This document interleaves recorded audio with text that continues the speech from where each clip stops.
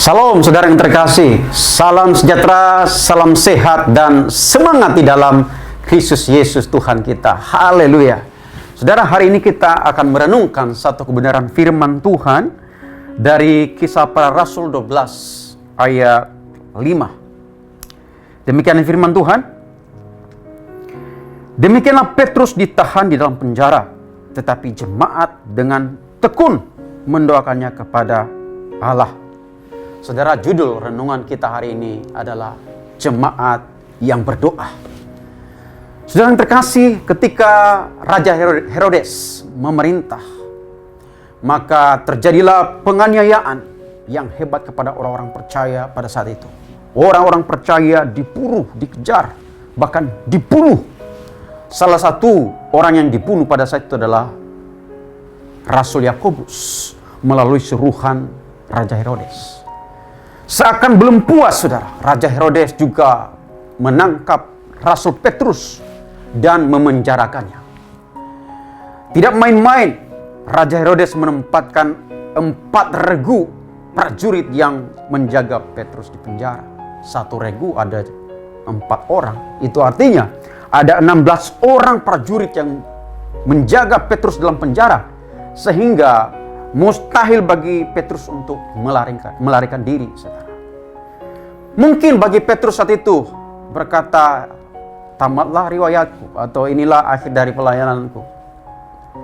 Karena sangat tidak mungkin bagi dia untuk lepas dari penjara. Apalagi kakinya dipasung dengan rantai yang besar. Semakin saudara tidak mungkin untuk bisa keluar dari penjara.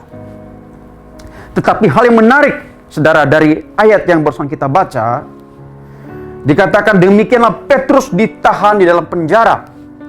Tetapi, nah ada kata tetapi, saudara. Artinya apa? Bahwa apa yang dialami Petrus dalam penjara belumlah berakhir. Itu bukanlah akhir dari segalanya. Karena kenapa, saudara? Ternyata ada jemaat yang berdoa. Ada jemaat yang berdoa di balik penderitaan Petrus di penjara. Saudara, ada 4 hal yang bisa kita pelajari dari ayat ini. Yang pertama, saudara, jemaat yang berdoa adalah jemaat yang mengandalkan Tuhan. Amin. Saudara, komunitas orang percaya pada saat itu bukanlah komunitas besar. Mereka hanyalah komunitas kecil di antara masyarakat Yahudi yang tidak diperhitungkan keberadaannya. Nah, dalam posisi seperti ini mereka tidak punya andalan siapa-siapa. Mereka tidak punya kekuatan apa-apa untuk bisa membebaskan Petrus dari penjara.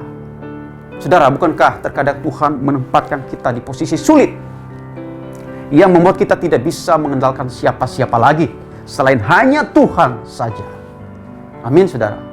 Kemudian jemaat yang berdoa adalah jemaat yang mau bersatu hati, saudara, sepakat bersama-sama. Saudara, dikatakan tadi jemaat, itu artinya bukan sendiri-sendiri, saudara. Mereka berdoa tidak sendiri-sendiri, tetapi berdoa secara korporat. Mereka berdoa bersama. Itu artinya mereka bersatu hati, mereka sepakat. Jemaat harus sepakat, jemaat harus bersatu hati. Maka akan terjadi kuasa doa yang luar biasa. Amin, saudara. Kemudian yang ketiga, jemaat yang berdoa adalah jemaat yang mau berdoa dengan tekun. Dikatakan tadi di nats kita, tetapi jemaat dengan tekun mendoakannya. Artinya, saudara, mereka gigih, mereka bersungguh-sungguh hati. Mereka tidak hanya sekali saja berdoa, tetapi terus menerus berdoa dan terus berdoa dengan sungguh-sungguh. Walaupun mereka melihat secara kasat mata atau menyadari secara manusia tidak mungkin membebaskan Petrus dari penjara, tetapi dengan keyakinan iman, mereka dengan tekun dan gigih terus berjuang berdoa untuk Petrus, dan hasilnya luar biasa, saudara.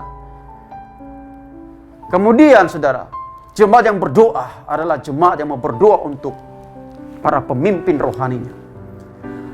Jemaat harus berdoa untuk pendeta, untuk gembala sidangnya, untuk para penginjil, untuk para misionaris di lapangan, untuk para pelayan-pelayan Tuhan, penatua, majelis, dan semua para pelayan-pelayan Tuhan yang bergerak dalam pelayanan di lapangan.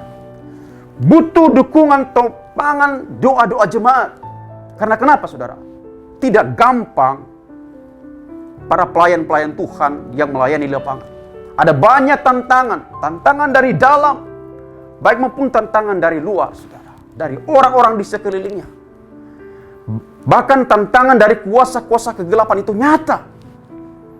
Seringkali hal-hal itu bisa menghambat pelayanan, bisa menghambat berita Injil, bahkan bisa membahayakan para hamba-hamba Tuhan yang melayani, yang bisa membuat hamba Tuhan jatuh, yang bisa membuat hamba Tuhan gagal dalam pelayanan. Tetapi ketika ada jemaat yang berdoa, ketika ada jemaat yang mau bersungguh-sungguh hati berdoa kepada Tuhan untuk para pelayan Tuhan, maka pelayanan pasti akan berhasil. Pelayanan yang hebat, saudara, itu tidak terlepas daripada jemaat yang berdoa. Hamba-hamba Tuhan yang dipakai dalam pelayanan luar biasa tidak terlepas daripada jemaat, sekumpulan jemaat yang berdoa. Jadi saudara, mari kita sebagai jemaat Tuhan untuk mengambil bagian dari dalam doa. Karena doa-doa kita penting. Doa-doa kita berkuasa. Doa jemaat mempunyai pengaruh yang luar biasa dalam pelayanan. Haleluya. Biarlah kita menjadi jemaat yang berdoa. Amin. Mari kita berdoa. Bapa di surga, kami bersyukur untuk firman Tuhan hari ini yang mengajarkan kami bahwa kami sebagai jemaat mengambil bagian penting dalam berdoa. Berdoa untuk para hamba Tuhan, berdoa untuk para pelayan Tuhan, berdoa untuk pelayanan, berdoa untuk pekabaran Injil supaya semua boleh berjalan dengan baik dan Tuhan, Engkau dipermuliakan. Mari Tuhan pakai hidup kami menjadi pendoa yang membawa jiwa bagi kemuliaan nama-Mu. Di dalam nama Yesus kami berdoa dan mengucap syukur. Haleluya. Amin.